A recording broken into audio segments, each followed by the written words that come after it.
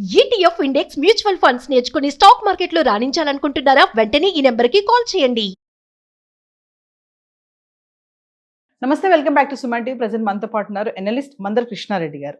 నమస్తే సార్. నమస్తే అమ్మా. సార్, పెన్షన్ గురించి మాట్లాడుకుంటే తెలంగాణ గవర్నమెంట్ కొత్త రూల్స్ తీసుకొచ్చింది. అంటే ఈ చేయూత పథకం కింద ఎవరైతే ఉంటారో వాళ్ళకి 4,000 దగ్గర నుంచి కొంచెం పెంచారు అని చెప్పేసి కొంచెం రూల్స్ వస్తున్నాయి. ఒకసారి వివరాల్లోకి వెళ్తే సార్. ఇంకా పెంచలేదు, పెంచాలని ఒక ఆలోచన చేస్తోంది గవర్నమెంట్. కారణం ఏంటంటే చేయూత పెన్షన్ అంటారు దీన్ని. అంటే మామూలుగా 60 ఏళ్ళు దాటిన వాళ్ళకి వాళ్ళు పని చేసుకునే అవకాశం లేదు కాబట్టి, కనీసం తినడానికి కూడా అవకాశం లేని పరిస్థితులు ఉండేవాళ్ళు చాలామంది ఉంటారు కాబట్టి, పేదవాళ్ళు అంటే బిలో పావర్టీ లైన్లో ఉండేటువంటి వాళ్ళకి ఈ చేయూత పెన్షన్ ఇవ్వడం అనేది కామన్గా జరుగుతుంది. ఎలక్షన్ టైంలో ఏం చెప్పారంటే ఇప్పుడు 2016 రూపాయలు ఉంది మీకు ఇస్తున్నట్టుంది, మేము వస్తే మా ప్రభుత్వం వస్తే మీకు 4,000 రూపాయలు చేస్తాము అని హామీ ఇచ్చారు. అలాగే వికలాంగుల పెన్షను ఇప్పుడు 4,000 రూపాయలు ఉంది, మా ప్రభుత్వం వస్తే దీన్ని 6,000 రూపాయలు చేస్తాం. 4,016 రూపాయలు ఏదో ఉంది, ఇప్పుడు దాన్ని 6,000 రూపాయలు చేస్తామని చెప్పారు. అలాగే చేనేత కార్మికులకి, ఒంటరి మహిళలకి, ఈ కేటగిరీలో కొంతమంది ఉన్నారు వరుసగా, వీళ్ళందరికీ ఈ చేయూత పెన్షన్ అనేది ఇస్తున్నారు. ఈ చేయూత పెన్షను 4,000 రూపాయలు చేయాలని ఇప్పుడున్నటువంటి తెలంగాణ గవర్నమెంట్కి ఉన్నప్పటికీ ఆర్థిక పరిస్థితులు పూర్తిగా అనుకూలంగా లేవు. దానికే వెనక ముందు ఆడుతున్నారు. అయితే లేట్ అవుతున్నా కొద్ది ఏంటంటే ప్రజల నుంచి ఒత్తిడి పెరుగుతోంది, ప్రతిపక్షాల నుంచి కూడా ఒత్తిడి బాగా పెరుగుతోంది. దీన్ని అదనుగా తీసుకొని ప్రతిపక్షాలు కూడా ఇస్తానన్నా ఇవ్వలేదు కదా, అడగండి మీరు అని చెప్పి జనాల్ని బాగా ముందుకు తోయడం జరుగుతుంది. కాబట్టి ఒకటేసారి 2,000 రూపాయల చొప్పున పెంచితే ఇంకా కొన్ని 100 కోట్లు ఎక్కువ పెట్టాల్సిన పరిస్థితి ఏర్పడుతుంది ప్రతి నెలకు కూడా.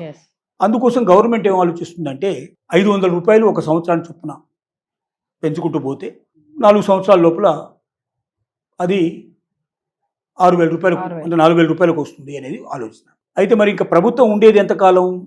ఆల్రెడీ 2 ఇయర్స్ అయిపోయింది, ఇంకా 3 ఏళ్లే ఉంటుంది ప్రభుత్వం.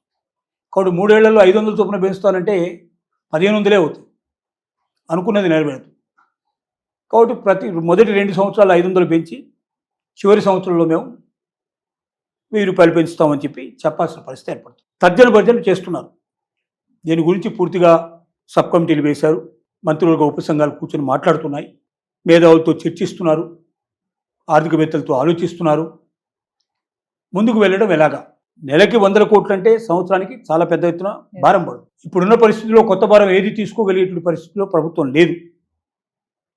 కానీ ప్రజలకు హామీ ఇచ్చారు, హామీని నెరవేర్చకపోతే నెక్స్ట్ మళ్ళీ ఎలక్షన్లో వచ్చే అవకాశాలు లేవు. కాబట్టి వచ్చేసారి కూడా ఇదే ప్రభుత్వం కంటిన్యూ కావాలి అంటే, ప్రజలు ఓట్లు వేయాలంటే ప్రజలకు ఇచ్చిన వాగ్దానాన్ని నెరవేర్చుకోక తప్పదు. కాబట్టి ఉన్న అంత అవకాశాల లోపల ఒకేసారి మొత్తం పెంచకుండా ఈ 3 సంవత్సరాల లోపల పూర్తయ్యేటట్టుగా మొదటి 2 సంవత్సరాల లోపల 500 పెంచి చివరి సంవత్సరంలో దాన్ని మిగిలినటువంటి 1,000 రూపీస్ పెంచితే భారం తక్కువ అవుతుంది. ఈ లోపుగా ఆర్థిక పరిస్థితులు కూడా పెరిగే అవకాశాలు ఉంటాయి, పెంచుకునే ప్రయత్నాలు చేద్దాం అనేది ప్రభుత్వం యొక్క ఉద్దేశం. ఇది చేయూత పెన్షన్లు వచ్చేటువంటి వాళ్ళకి, వికలాంగుల పెన్షన్లు వచ్చేటువంటి వాళ్ళకి, అలాగే ఒంటరి మహిళలు ఉండేటువంటి వాళ్ళకి, తర్వాత చేనేత కార్మికులకి, ఇలా ఎవరైతే దీంట్లో ఉన్నారో కొంతమంది జాబితాలో ఉన్నారు వారందరికీ వర్తించే అవకాశాలు ఉన్నాయి. ఏదేమైనప్పటికీ ప్రభుత్వం ఒక చిన్న శుభమైనటువంటి విషయాన్ని చెప్పింది, సంతోషకరమైన విషయాన్ని చెప్పింది. కొంత పెరుగుతుంది, something is better then nothing. ఏమీ లేని దానికన్నా ఎంతో కొంత రావడం సంతోషకరమైన విషయం. కాబట్టి కొంత పెరుగుతుందనే నమ్మకం మాత్రం వచ్చే బడ్జెట్ నుంచి, ఇప్పుడు ఈ బడ్జెట్ ప్రవేశపెట్టబోతున్నారు, ఈ బడ్జెట్లోనే అనౌన్స్మెంట్ చేస్తారు. ఈ బడ్జెట్ సమావేశాలు తొందరలోనే స్టార్ట్ కాబోతున్నాయి, వాటిలో అనౌన్స్ చేస్తారు. కాబట్టి అది ఎంత అనౌన్స్ చేస్తారు, ఎలా అనౌన్స్ చేస్తారని వేచి చూడాల్సిన అవసరం ఉంది.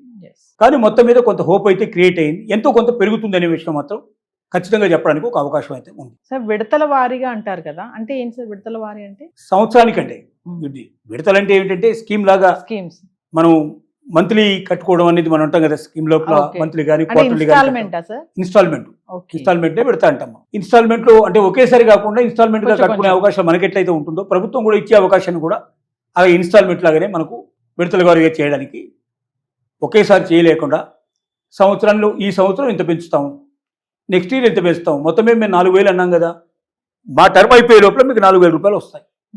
దానివల్ల భారం తగ్గుతుంది, అవతల వాళ్ళకు కూడా ఇచ్చినట్లు మాట నిలబడుతుంది అనేటువంటి భువంతో ఆలోచనతో ప్రభుత్వం ముందుకెళ్తుంది. ఎస్. అది జరుగుతున్నట్టు విషయం. అంటే చేయూత పథకం కిందకి వచ్చే వాళ్ళంతా కూడా బిలో పోవర్టీ లైన్ కింద ఉన్న వాళ్ళే వస్తారు కదా సార్? Below poverty లైనే. ఎందుకంటే అందరికి ఇవ్వడం అంటే సాధ్యమయ్యే పని కాదు కదా. ఎస్. ఎవరికైతే సమాజం లోపల అందిపుచ్చుకోలేని పరిస్థితిలో ఉన్నారు, అందుకోలేని స్థితిలో ఉన్నారు, అంటే ఏదో రకంగా వాళ్ళ వృద్ధాప్యం వల్ల కానీ, లేకపోతే అంగవైకల్యం వల్ల కానీ, లేదా ఒంటరి మహిళలు అంటే వాళ్ళకి ఎవరు లేకపోవడం, ఒంటరిగా ఉండటం వల్ల కానీ, చేనేత కార్మికులు అయితే బాగా చితికిపోయి ఉన్నారు కాబట్టి అలాంటి వాళ్ళకి కానీ, ఇలాగా సమాజం లోపల ఎవరైతే బిలో పావర్టీ లైన్లో ఉన్నారో వాళ్ళంతా వాళ్ళు అవకాశాన్ని అందిపుచ్చుకోలేని పరిస్థితిలో ఉన్నారో అలాంటి వాళ్ళకి చేయూత ఎస్. అవకాశాన్ని కల్పించడానికి ప్రభుత్వం ముందుకు వస్తుంది. Thank you sir.